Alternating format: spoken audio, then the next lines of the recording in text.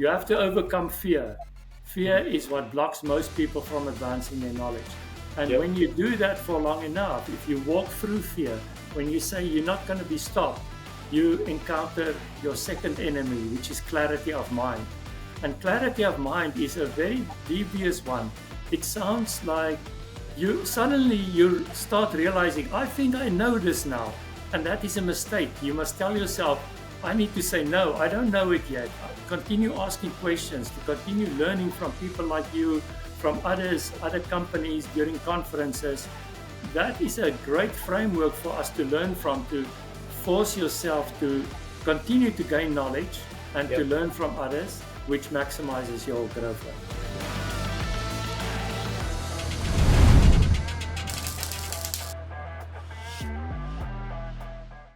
Welcome to Manufacturing Insiders. Today I have an awesome guest with me. I'm so excited to talk to Cobus today about just his experience in transforming businesses. And I think has a really significant application to a lot of manufacturers, especially as they're kind of aging and perhaps thinking about retirement, thinking about how to maximize the value of their business. Cobus has come into businesses and turned them around in 90 days before. He is a published author. He wrote a book called The Forces of Progress, which actually I ordered just today, and I'm looking forward to checking that out. And on top of all that, I've only covered a small portion of his accolades, but he's also got a pretty cool accent because he's from South Africa. Welcome to Yay. Manufacturing Insiders, Cobus. Let's get into it.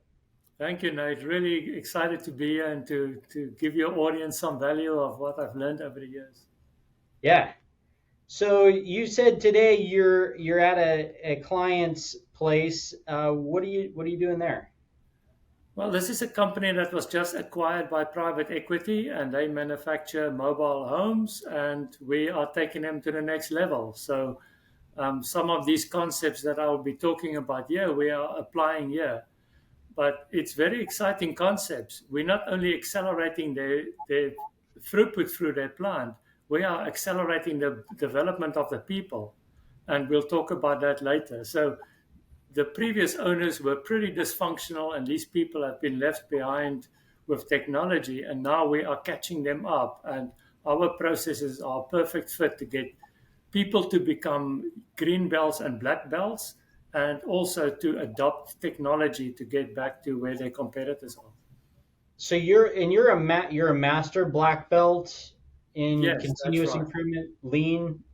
Yes, in lean, and I use theory of constraints as a focusing mechanism. So it's very important to not do lean everywhere. If you have 40 machines, don't don't try to improve 40, improve one.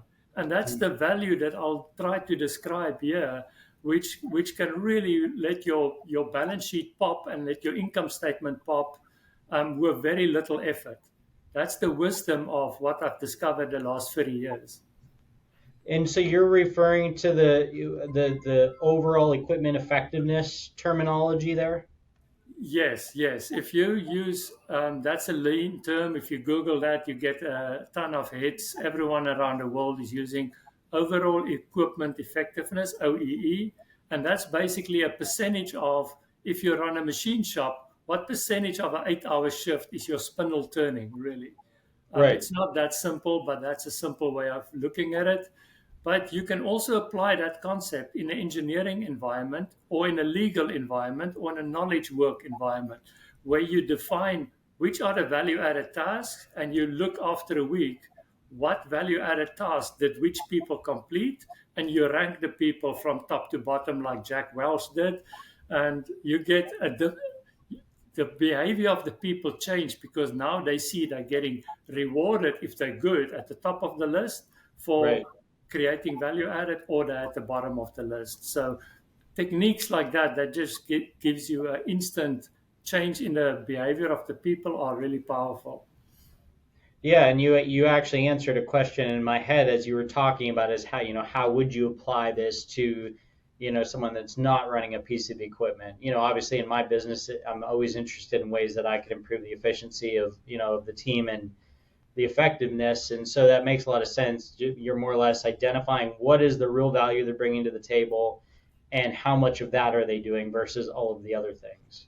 Yeah, it can get really complex, but my job is always to simplify it. And I look at that concept as think of a jar full of rocks, pebbles, and sand. Yep. And you want to, for any knowledge environment, say it's a group of 10 engineers, and they may do different things, but you define what are the rocks, the big pieces of value that is in their standard job, and what are the pebbles, the smaller pieces, and you Okay. forget about the sand. The sand is answering the phone and dealing with emails. And you try to then, at the end of the week, give them credit. This guy completed the most rocks and pebbles, this guy second, this guy third. And that creates a very good feedback loop to see people really see, oh, to get to the top of the list, I need to do this better. And then you Mhm. get a lot more rocks and pebbles through, which pops your income statement, it pops your balance sheet. If you sell that company, it really creates a peak, and you get that multiple um, EBITDA on the sale. Or if you're in trouble, it gets you cash flow in your bank. So both on both extremes, when you sell a company or when you are in trouble with the bank, that really gets you to get away from trouble. Do you see situations where that mindset could get you into a negative spot? Like, for example, let's say that we're more or less evaluating a machine operator on, how much of the time during the day his machine is running. And then he starts to neglect maintenance, or, he's not cleaning up the scrap or whatever it might be. How do you deal with such? Do you see that happen a lot? Yes, you again. I will make the point. You don't do this to all of your machines. It's very important to communicate to the team that you should run the spindle of that one machine 100%, and the others have spare capacity. So all of that tasks that you are talking about, important tasks that must be done, you get some of the other machines that are identified with excess capacity to subordinate to this main machine, and they help with those type of tasks so that this most important machine, the bottleneck of your entire company, I can see. continue to produce at a high rate. And that is so. Some people may say that's not fair. This guy gets away with stuff that I now need. But that is the whole. If you're on a playing field in a sports team or at the Olympics, teams are for that. They must help each other to get the whole team there faster. And that's the Right. concept. We train people like that, so they understand why they're doing it. I see. Yeah, I get that. I guess the other kind of objection that someone might have about the idea is you can only have your machine running 100% of the time if you have work to fill it, right? Yes, yes. So how do you overcome that? How do you get that machine to 100% capacity with, just improving the process? Yeah, that is a good point. In that case, and that is about 50% of businesses have a market bottleneck. The bottleneck is in the market. If Okay. they had Yeah. more jobs, they could complete jobs. But it's not that the 5-step process that we follow is identify your bottleneck, exploit it, get as much as possible out of it, and then subordinate the rest of the company to it. Those are the first 3 steps. But in a case where the market is your bottleneck, you need to take the orders that you have and create an excellent experience for your customers that you do have. You must try to identify, we call it the unrefusable market offer. It is an offer that's so good that you present it to your customers and they divert more work to you because they say, wow, this is Hmm. exactly what I need. I've been hurt by some practices in the past. Now you are doing it perfect for me. An example could be a machine shop may identify the type of customers they serve have a lot of downtime of their plants. If that plant is Coca-Cola, an hour of downtime can be millions. Right. So if they are the supplier and they promise a 24-hour turnaround time, or they pay penalties, or there's a discount, that type of market offer can have a big impact to get Coca-Cola to give them a much bigger slice of the pie than what they're currently getting. So we start with that, and that opens the market as well. So marketing becomes a big part of this, because as you improve inside, you don't want to lay off those people that improve, because now you can't get enough market. You must Right. always do the two together so that you can stay in tune, which is difficult to do. But people like you are perfect for this, because you focus on the increasing the lead flow, and you know that it will take time, but there are very um, a number of techniques in every industry where you can get these processes in place and open them up to grow with the company. Right. Yeah, I'm fascinated by this conversation about identifying what the market is looking for and coming up with that irresistible offer. It's something that we do spend a lot of time thinking about with all of our customers. And usually the route that I get to it is by asking them about their previous successes. Like, what are you guys really good at? Is it working with really small components that require a lot of your engineering skill sets? Is it just pumping out components as quick as you can? Is it your cost advantage? What is it? But that's one route to get to it. But it's kind of like just looking at one side of the coin, right? How do you look at what the market actually wants? What's your process for that? Well, Eli Goldratt is an Israeli physicist who wrote the book The Goal, and he also wrote the book. A lot of your viewers will know the book The Goal. It is one of the best sellers. Jeff Bezos used it as a mandatory reading for Amazon managers and many other companies. But he wrote a follow-up book, It's Not Luck, and that book explains how to deal with a market offer and how to come up with an unrefusable market offer. So a lot Mm, of this, I try not to be reinventing the wheel. When I met Jack Welch in Chicago before he passed away, I said, Jack, it's so great to meet you, but I don't have a question for you, because your book just laid it out so well for me. And he loved that. Um, and the same with Taiichi Ono and Shigeo Shingo, who did the setup time reduction process. We used those processes from the minds that came before us. And Ellie Goldratt is one of them. It's a focusing mechanism, but it's a whole process of how to do the market offers. Your viewers can go and really look at that, and they will be very excited. yeah. Yeah, actually, I'm interested to read that too. I'm a big reader, so I'm always looking Mm. for something new to check out, especially if I can apply it to business and get better at that. So tell me about the book that you wrote and what was the driving force behind your forces of progress?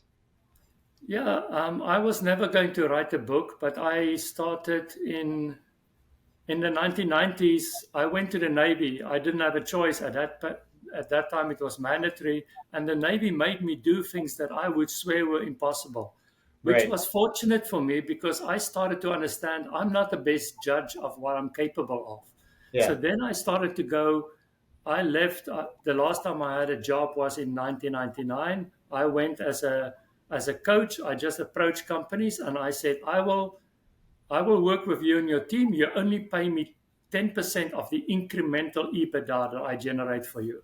So I've been doing that since 99, and I wrote my book in '04. It was published '06, and so it's a quick time that I did that, and I started to see these patterns. And so as you saw these patterns, it became clear that there are certain forces holding companies back. So I'm not going to go through all four forces, but I identify four different forces that you have to overcome for you and your people to be a continuous development company. Right. And it's still very true today. That book is built on principles that never change, just like Jim Collins is good to great. Some of those concepts will never change because Mm, they are part of human nature, and I try to focus on those type of principles as well, right. because then you can really become good at certain processes. Right. Yeah, and it is all about focusing on human nature because I mean, Yeah. humans are what drives all these companies forward and provides the labor. I'm curious from that perspective. I feel like we've seen a big change in the labor force in the past decade, even less than that. I mean, really, since COVID, we've seen a big change in the way that employers view employees and employees view employers, in the way that they want to work in terms of virtual or in person, the hours that they want to work. They're expecting a lot more flexibility, they're expecting more pay. How has all of that influenced your philosophy or adapted made you adapt a little bit with with the way that you're presenting information? Well, that's an excellent point. If you if you see nowadays, uh, there's I was just the general manager just a few months ago of a Pakistani company that employed that were sourcing people for U.S. companies. So Yeah. these Pakistani people, you can see the difference in the work ethic that they have, and also some of the Hispanic labor force that you see here in Alabama, where I'm with this mobile home manufacturer. It's a Right. big Hispanic workforce, and there's a huge difference between that and some of the American workers. And so the challenge that we have for companies is to have a good process. How do you attract people that really want to become the Olympic champion of their sport or of their job versus someone who just wants more and more comforts? Right. People are creatures of comfort. And that's what I discovered in the Navy. When somebody pushes you a little bit out of your comfort zone, but at the point where you can still you agree to go along because that's beneficial for you. You're becoming a better worker, you're becoming a better manager. That is what we do. We basically accept, we say we want people who are comfortable being pushed a little bit outside of their comfort zone. And then some companies say, that's not for us. We want our people comfortable and we want to give everyone gold stars. And then that's fine. Then I go elsewhere because I cannot help a company like that. Right. And more and more companies should be with this mindset. And because we are competing on an international stage, and I have a lot of respect for Elon, my fellow countryman, of what he's done and the type of examples. Some people love him, you hate him, but if you just look at what he's accomplished, and it's incredible, and we should just ignore some of the things that can be offensive to you and look at the things you can learn, and that open-mindedness will be very beneficial for people. Right. Yeah, I mean, I think that's something that you could apply to pretty much our entire culture right now. Quit paying attention to what's offending you, because honestly, like I always say this whenever somebody gets offended, I'm like, offense is a response to the truth. That's if you're offended, that's what happened there. Yeah, yeah, yeah. That is But no, correct. I agree. He's a great guy, and I think he's doing a lot for our civilization in general. And he's doing things that you would expect our government to be doing Yeah, yeah. in advancing technology. So very impressive. And one criticism I have of Elon is his on Earth transportation ideas. So like he had this, and I'm very passionate about this subject for some weird reason, but he decided he was going to dig tunnels and use that as a transportation system. I have been saying this for over a decade. Listen, the most efficient form of transportation occurs in a tube. And you go to the bank, you hit the button, shoop, the thing shoots up, it gets there, right? It takes very little energy. It's all contained inside of the system. Yeah. This is the future of transportation, and you can't do it digging under the ground because it takes way too much effort and energy. You need to build tubes above the ground. You can use existing right of ways of the highways and put these tubes down it, and we could be getting to Pittsburgh in 15 minutes. Like every time I drive down there, I'm like, why is this the same? It's been the same for almost 100 years. We're doing the same thing. There's no advancement. Yeah, yeah. Yeah, I'm not sure exactly what's blocking him. Often regulations, if you look at regulations in California, he started that when he was still in California. He's in Texas now, but I think he's just been, and he gave that over. It's not part of his companies anymore. I think he is involved in the person who runs it, but there are probably something holding it back. It's a great idea, and it could go much further. Just looking at some of the high-speed rail that they've tried to put in the US, it's been blocked by regulations for so long, and it's a pity that we allow that to happen. And he Right. talks about that openly as well. Right. Yeah, but even high speed rail, you're still it's not revolutionary technology. It's just making improvements on existing technology. And I'm telling you, a tube. I shoot guns, I mean, there's no faster way to get a bullet somewhere than to send it down a tube with an explosion Yeah, behind it. yeah, and it's so Um, self-contained, as you say. It should be a no-brainer. I know right. that reading through his books, he did consider putting it on top of highways, and he talks about in his first book by Ashley Vance, he talks about some of the restrictions that you have in doing that, and that's why he went underground. But Mm. there are pros and cons, and I mean, but he's just such a sharp mind. The Yes. way that he has gone into NASA and convinced them to really change their processes and make it common sense. It's just amazing how he can deal with business and regulators. And now that he's also talking to government, that he can start improving efficiency in government. That's really exciting to hear that, because That that's yeah, also necessary. that would be phenomenal. And even what he's done for free speech, I think is worth noting. Because if he hadn't bought Twitter X, there would be no free speech platforms. I mean, Yeah, it is well documented that Twitter was by order of the U.S. government, and they were quite complicit.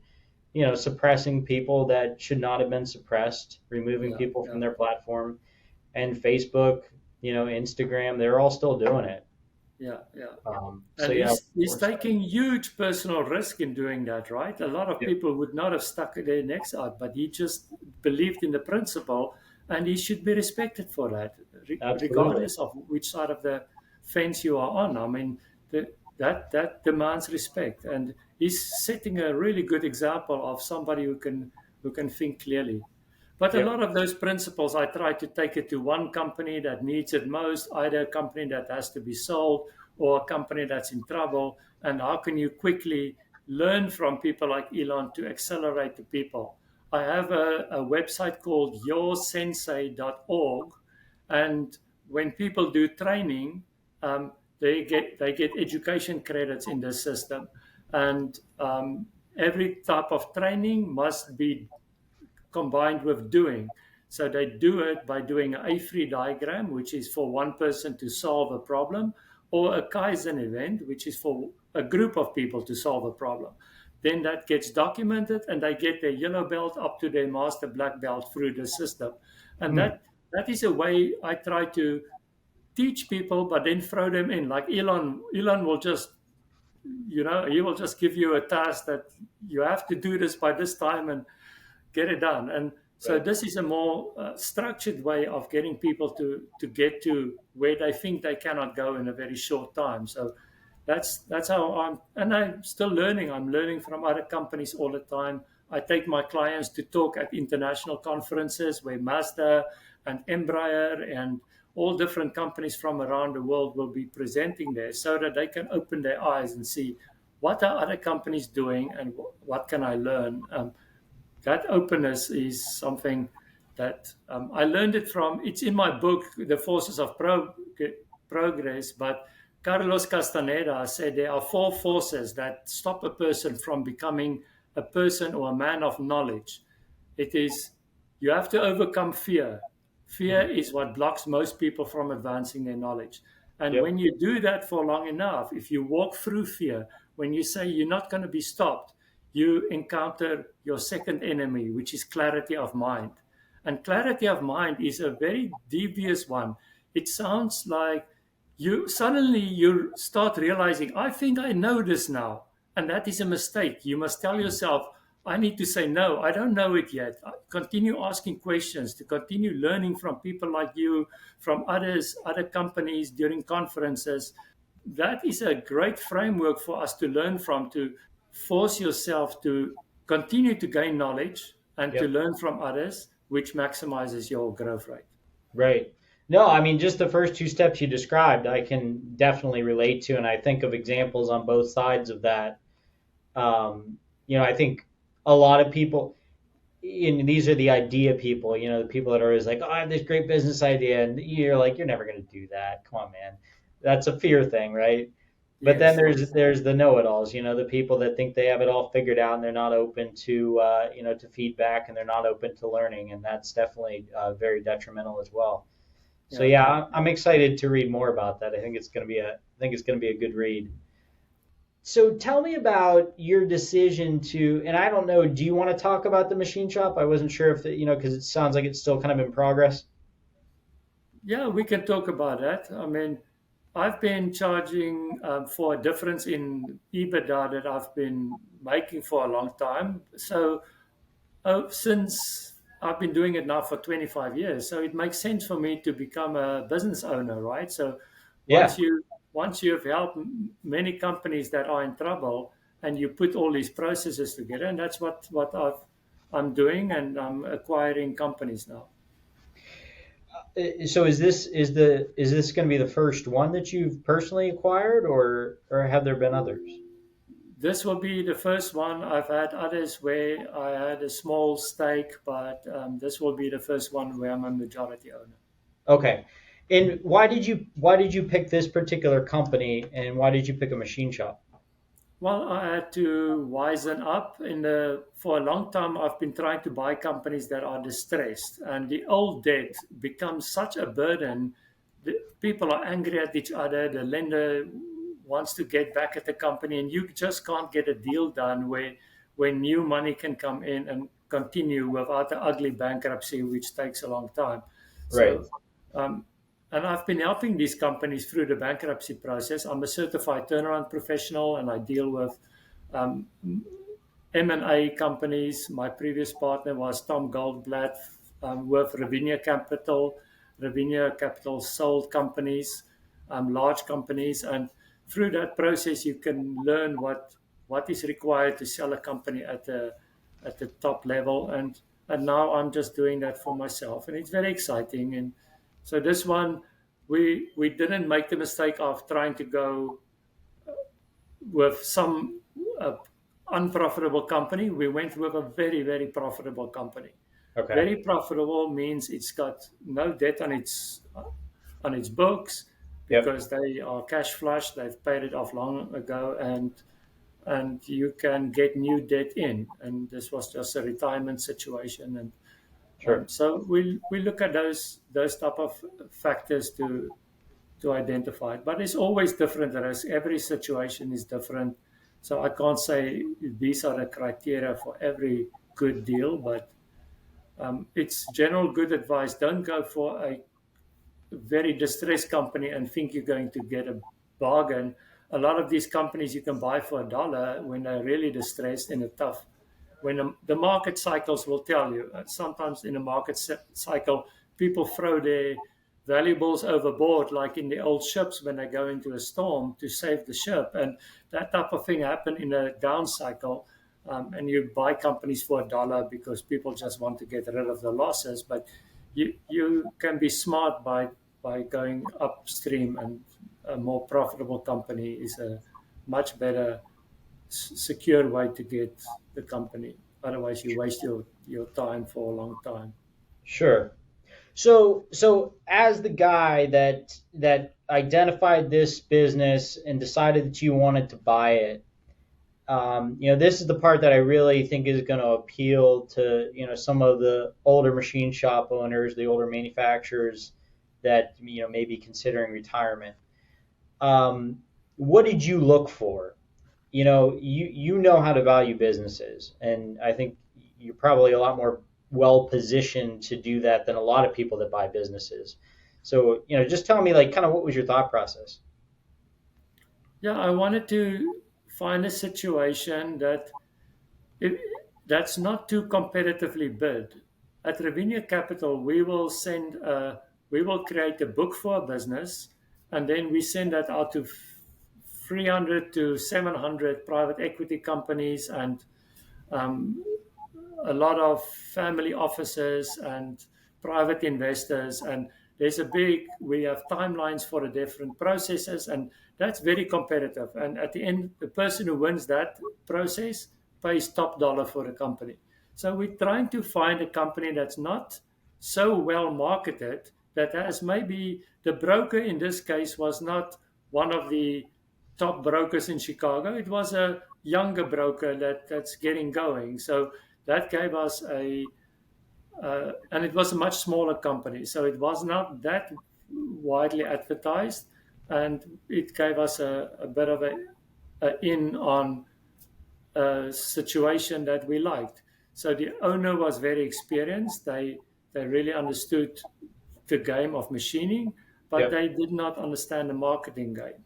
Right. And what we can now bring is take that company from an operator that took it to the max that they can take it with their knowledge, to add a marketing component and take it further. And that's what I Gotcha. wanted to do.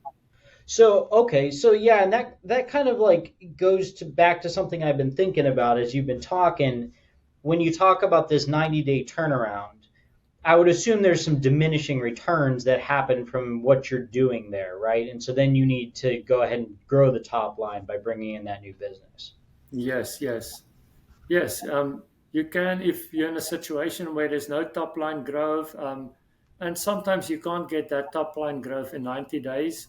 There's a lot you can do without that, but typically my engagements has been for a year. But in the first 90 days, you get the bad bank off your back, or Yep. you get to the point where you can sell the company for uh, a good profit, and then hopefully you then use that platform to continue some of the low hanging fruit. So you take the low hanging fruit. I do a 2-day opportunity assessment. Then I Yep. identify what can I as a because the problem is we all think we can do better than the guy that's running it now, but it's not always true. You have to be really disciplined to see exactly how much can you do better. And some of the processes I've developed allow me to take all of the inventory that I have by SKU and do a simulation and see I can in 90 days I can get 2 million out of the inventory into cash and continue to operate at a better service level than in the past, those type of things. And then I do the same. What's the OEE of the bottleneck machine now, and which is the second bottleneck and the third bottleneck?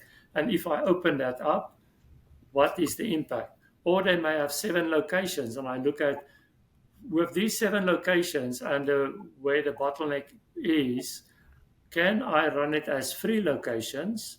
Hmm. And where will those 3 locations be, and what will be the bottom line impact? Right. Or can I take a one shift operation, and in sometimes you can do it in 90 days, but it typically takes longer to take it to a 3 shift operation. I Right. worked with an auto company in Michigan where they had a huge backlog. Very good customers were breaking down their doors. Why? Where's my parts? Yeah. And that company, in 90 days, we grew them to a plant record, an all-time plant record in sales and production throughput, just by shipping backlog. And so those type of situations can happen very quick. But if you need new customers, it takes a little bit longer, as you'll know. But Right. you need Yeah. to develop that ability to see what's the difference you can make and where will it come from, and not just guess. It can be very dangerous. Sure. Yeah. Yeah. I do understand that. With manufacturing, the trend that I've seen is that even if we do get you leads, say we get you, 5 new looks at an opportunity in the first few months, there's a good chance those are going to take you, 6 to 12 months before they actually become a customer. By the time you give them first article of inspection, you make the tooling, whatever it might be. So yeah, there would be some time delay between that, finishing that 90 days and then getting into the real, like, let's grow the customer base. But my mentor, Alan Barnard, he's considered one of the best practitioners of theory of constraints in the world. He's also from South Africa. And he would say, if something is impossible, he will say, impossible unless, you give me 5 leads, it's impossible to convert that in 90 days unless we do what? And then that opens the door to Sure. a solution. It's Brainstorming. very Yeah. powerful. So I always challenge teams like that to say, yeah, it will take a year or two if you just do the normal process. But and if you go into a session and you just ask impossible unless, you come with good solutions. Yeah. I'd like to dig further into that, because like I'm just thinking about my other customers, thinking about how this conversation could help them, get these deals done faster. There's some of them that, I mean, they're looking at 2 years, right? I mean, this is, big operation. I'm thinking of a die casting operation that very extremely selective. When I mean, we get them hundreds of leads a year, and they might work with one of them. But no, I'm just trying to think of like how we could apply this No, I concept. mean, you've been on those calls where a well scripted call, a follow up for a lead happens. We did this a bit with this Pakistani recruitment company because they had a lot of people calling from Pakistan, just calling numbers until they get an appointment set. And then from the appointment, we go on to trying to sell the person.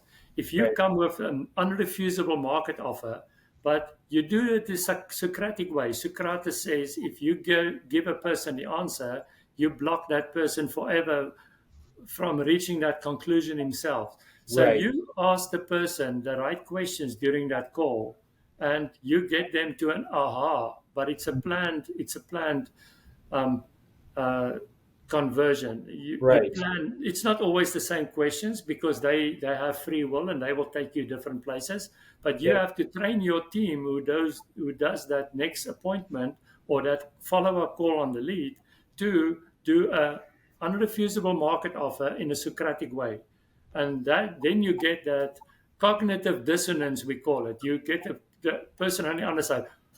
I didn't. You can actually do that for me and that's what you've done, and you've got testimonials for it. So where do I sign again? Yeah. So that type of thinking gets you to really be effective. But people just call the guy. I'm going to monitor. Okay, I called 20 of the leads and I got voicemail. So now what? They leave it there. It's not. So you have to have a rigorous process. Elon teaches us, read Elon's books. He talks about how he does that. And it's just, you have to be a grinder. You have to Hmm. really dig in and say, impossible unless, and how do I get that end result? I want customers really to have that cognitive dissonance after call one. And, it's, Yeah. I'm taking a note. I just writing down the words impossible and less because I really like that. it's powerful. I love it. I always give credit to Alan because he came up with that. But yeah, we all use it in the fear of constraints in the bottleneck community. Yeah. Yeah. Just to go back to the machine shop that you're looking at and potentially going to purchase here, what was how much did the facility and the equipment that they have and maybe the knowledge of the team, how much did that play into your decision to purchase this particular business? Yeah, the knowledge of the team was very important. They were. It's a Polish owner and Polish Ukrainian workforce, and Okay. those people are really good at programming and a really good work ethic. You could have found a more generic workforce, which may give you more upside, but I like that combination of the team that they had because I knew there's a lot of potential there. And then the machines were quite old, but I've worked with a lot of, I'm not one of those people to say, get the latest and greatest machine because that takes a lot of capital and buying a business and then get capital for money for capex is too much. If you can have a strategy to buy a business and use the existing machines better for a while until you can pick the best one to upgrade to the latest technology, that's for me a much better way to go.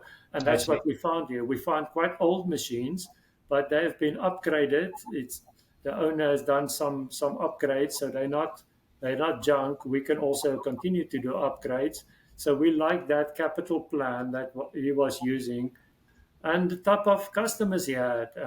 That's also very important. If you don't have a solid customer base, that company can become worthless very fast if one or two of your customers leave. So that was also very important. Sure. Did the existing customer base, is there like a long-term contract that, that if this owner goes away, you're definitely still going to have those customers? Yeah, in this case, it was not there, and that is what we had to finalize during the final terms: is how do we overcome that risk? And we came up with a few good mechanisms. Um, you can do a seller note where the owner keeps some money on the table I see. so Yeah. that sales from specific customers do not go down. We call that an earn down. You still pay him his full price, but some of that Yep. money stays on the table Yep. until certain conditions are met. And Sure. using those type of techniques, you still give the guy what he needs and what he asks for, but Yep. you just take some of your risk off the table. If there are full contracts and there's no risk, that is preferable, of course. So look for those situations.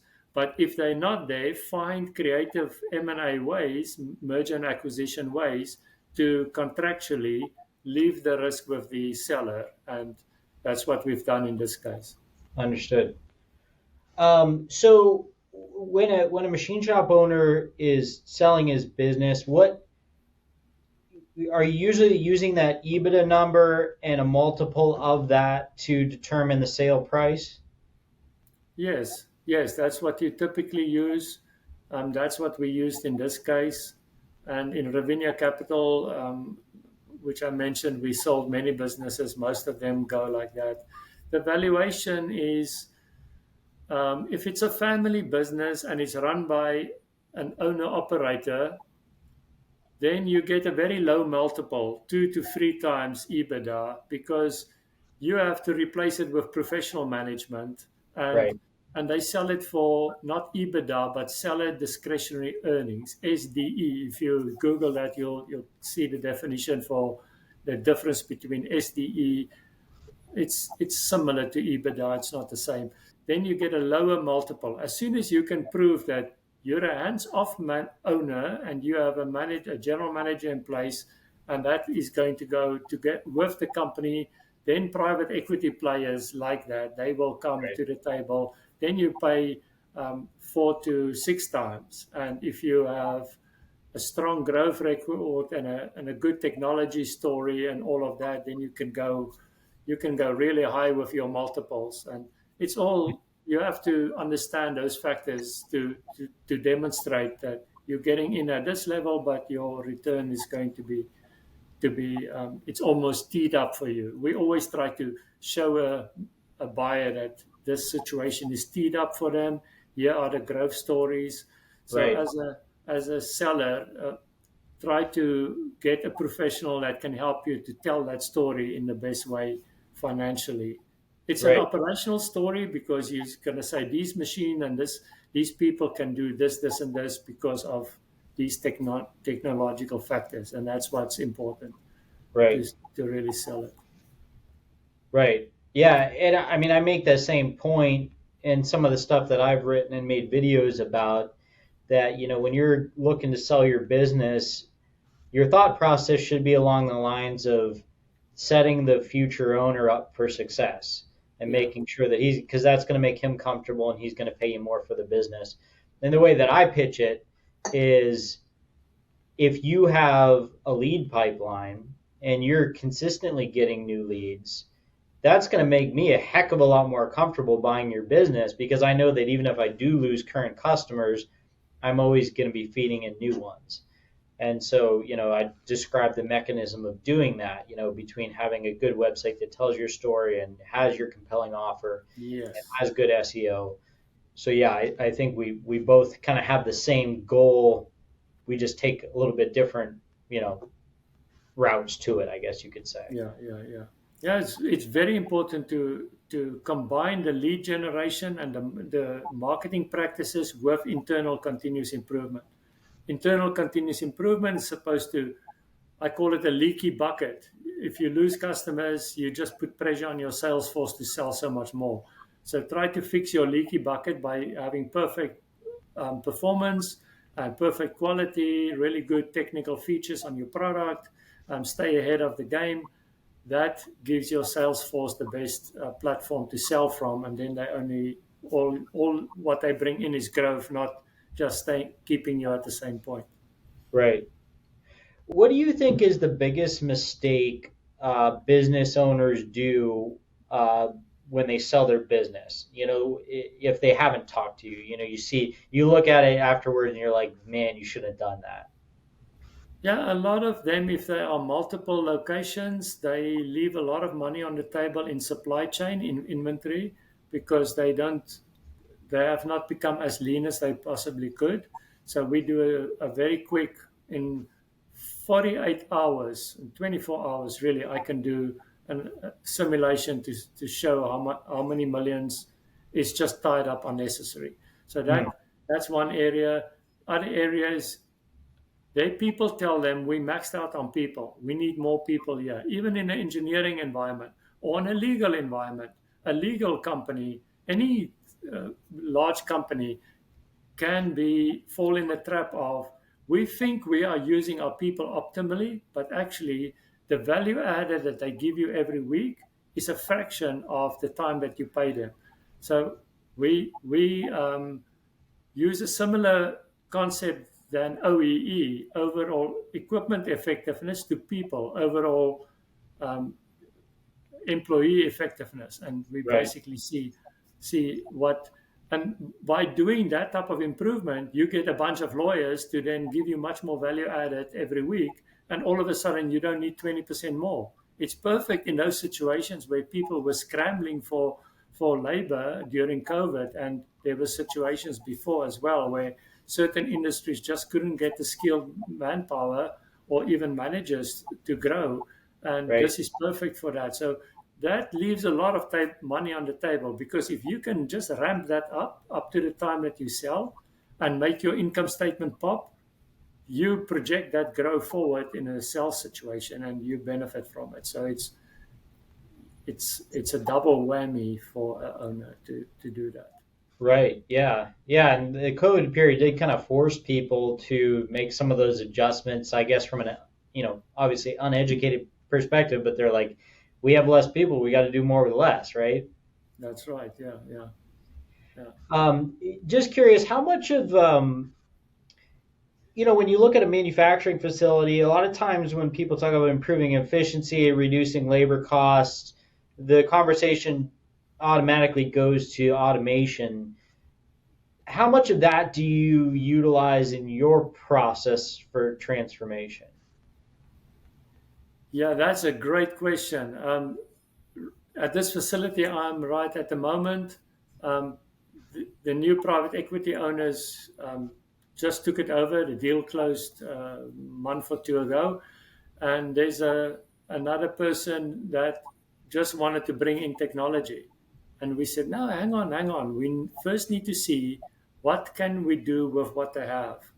And so you basically look at what's your utilization of your machines and your groups of people right now. How much can Hmm. you improve it with what you have? Because new technology, if you rush it in, it's a nightmare. There's been so many case studies where SAP or big implementations took a weak company, and because you really have to know what your process is. If you are really good already, it's not as much a risk. But if Right, you're not used to that technology, it takes time to incorporate it.